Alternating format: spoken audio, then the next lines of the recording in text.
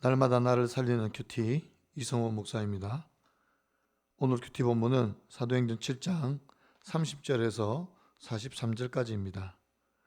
오늘도 주의 말씀으로 인도하신 하나님 감사합니다. 말씀을 거절한 결과가 무엇인지 알기를 원합니다. 말씀해 주시옵소서. 듣겠습니다. 말씀을 거절한 결과는 첫째로 하나님의 인내와 은혜를 보게 하십니다. 30절입니다. 40년이 참에 천사가 시내산 광야 가시나무 떨기 불꽃 가운데서 그에게 보이거늘 이라고 합니다. 이 장면은 모세가 시내산에서 하나님의 부르심을 받는 장면입니다. 가시떨기 불꽃 가운데서 나타나신 하나님께서는 모세를 이스라엘 백성들의 구원자로 세우십니다. 이는 하나님의 주권적인 선택이고 분명한 사명의 위임입니다. 모세가 그 광경을 보고 놀라서 가까이 갑니다. 그러자 하나님의 음성이 들려옵니다. 나는 내 조상의 하나님, 즉 아브라함과 이삭과 야곱의 하나님이라. 모세가 감히 그 떨기나무를 바라보지 못하고 있을 때 내 발에서 신을 벗으라. 내가 서 있는 곳은 거룩한 땅이니라 고하십니다. 그리고 하나님께서는 모세에게 내가 애굽에 있는 내 백성의 괴로움을 보고 그들의 탄식을 들었으니 그들을 구원하러 내려왔노라 라고 말씀하십니다.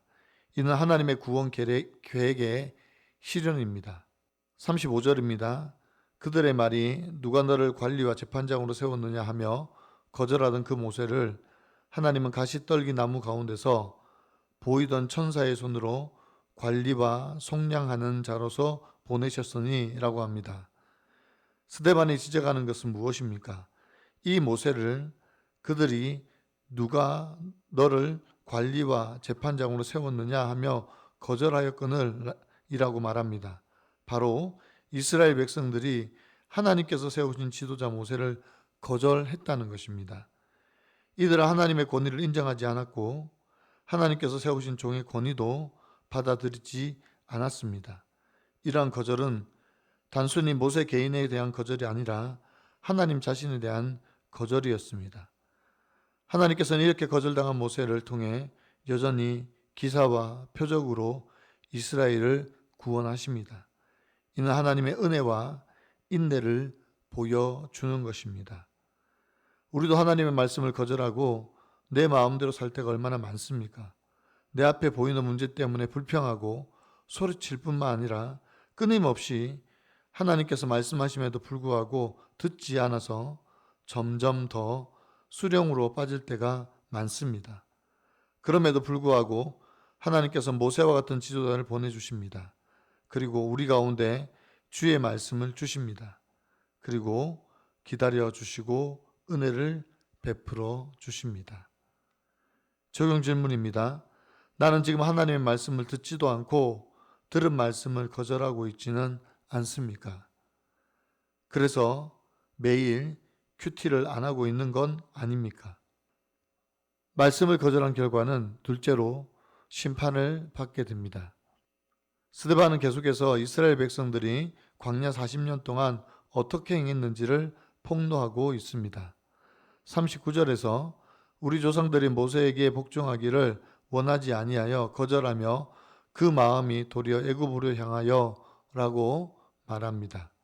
이들은 하나님께서 세우신 지도자의 말을 듣기를 거절했을 뿐만 아니라 40절에서 보면 우리를 인도한 신들을 우리를 위하여 만들라라고 요구했습니다. 이는 하나님을 완전히 버리고 우상을 섬기겠다는 맹세를 한 반역이었습니다. 41절입니다. 그때 그들이 송아지를 만들어 그 우상 앞에 제사를 드리며 자기 손으로 만든 것들을 기뻐하더니 라고 합니다. 하나님의 말씀을 거절한 결과 그들은 송아지라는 우상을 만들어 섬겼습니다. 더 나아가 42절에서는 몰록과 레판 우상을 섬기는 죄악까지 범했다고 지적하고 있습니다.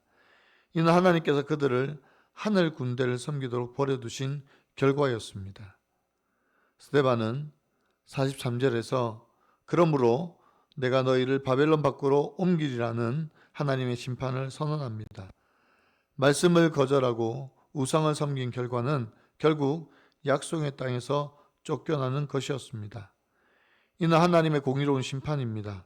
하나님께서는 오래 참으셨지만 계속되는 불순종과 우상 숭배에 대해서는 반드시 심판하신다는 것을 보여주신 것입니다. 하나님의 구원 역사에는 심판이 있습니다. 지나친 은혜를 강조하다가 보면 우리의 죄악을 간과할 수 있습니다. 그래서 하나님은 자기 백성들을 돌이키게 하시기 위해 심판하시는 것입니다. 이 심판의 목적은 멸망이 아니라 돌이킴입니다. 큐티의 목적이 무엇입니까? 말씀으로 나를 돌아보자는 것입니다. 그리고 돌이키고 회개하여 말씀대로 살자는 것 아니겠습니까?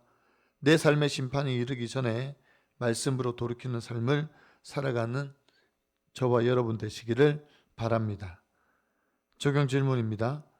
오늘 나는 하나님의 말씀을 받아 누리고 살고 있습니까? 내가 여전히 벗어나지 못하는 우상 숭배는 무엇입니까?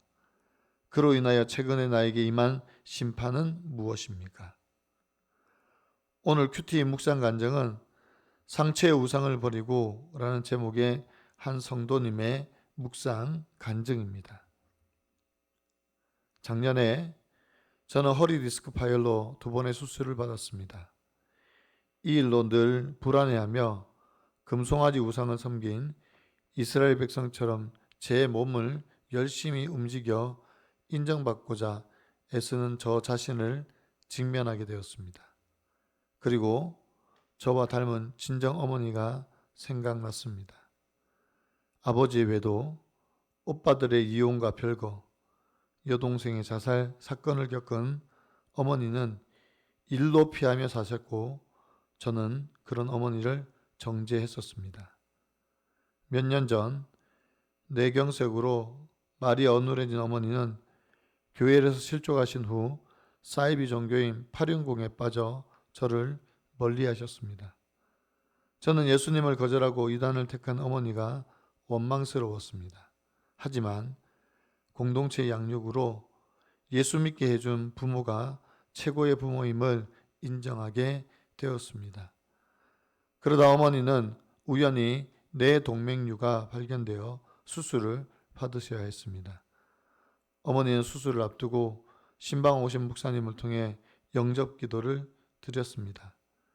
그리고 상간녀 앞에서 남편에게 아줌마 소리를 들으며 사셨던 일과 막내딸의 자살이 자신에게 무시와 거절의 사건이었다고 나누셨습니다.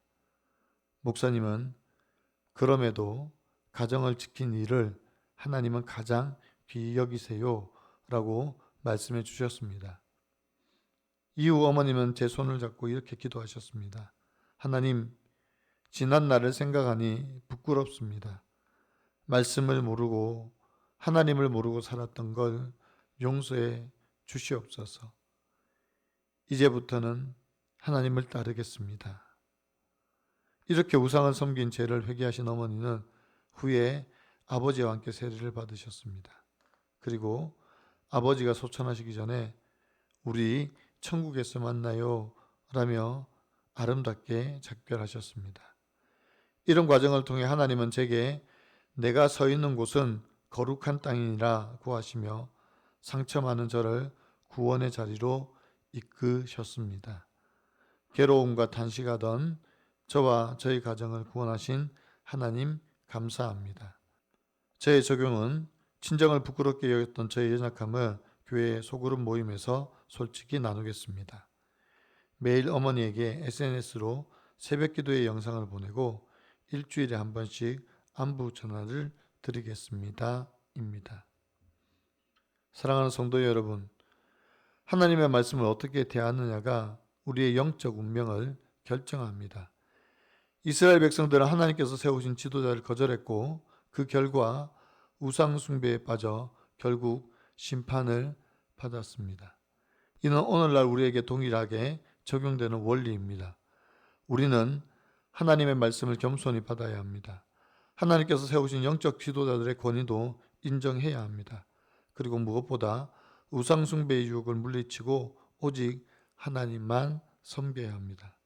스데반이 이 설교를 통해 당시 유대인 지도자들의 경고했듯이 우리도 말씀을 거절하는 것이 아니라 겸손히 순종함으로써 하나님의 축복을 받아 누리며 사는 저와 여러분의 삶이 되기를 간절히 축원합니다. 기도드립니다. 하나님 감사합니다.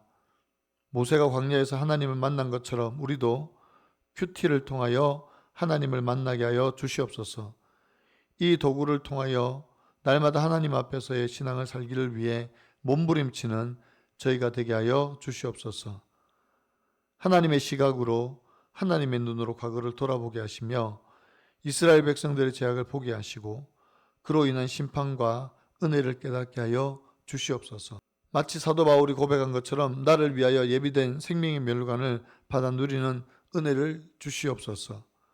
날마다 주시는 큐티 말씀으로 나를 돌아보게 하시고 말씀대로 살기 위해 몸부림치는 저희의 삶이 되게 하여 주시옵소서. 오늘도 주신 말씀을 잘 깨닫고 곧바로 적용하며 살기를 원합니다. 감사합니다. 예수 그리스도의 이름으로 간절히 기도드리옵나이다. 아멘.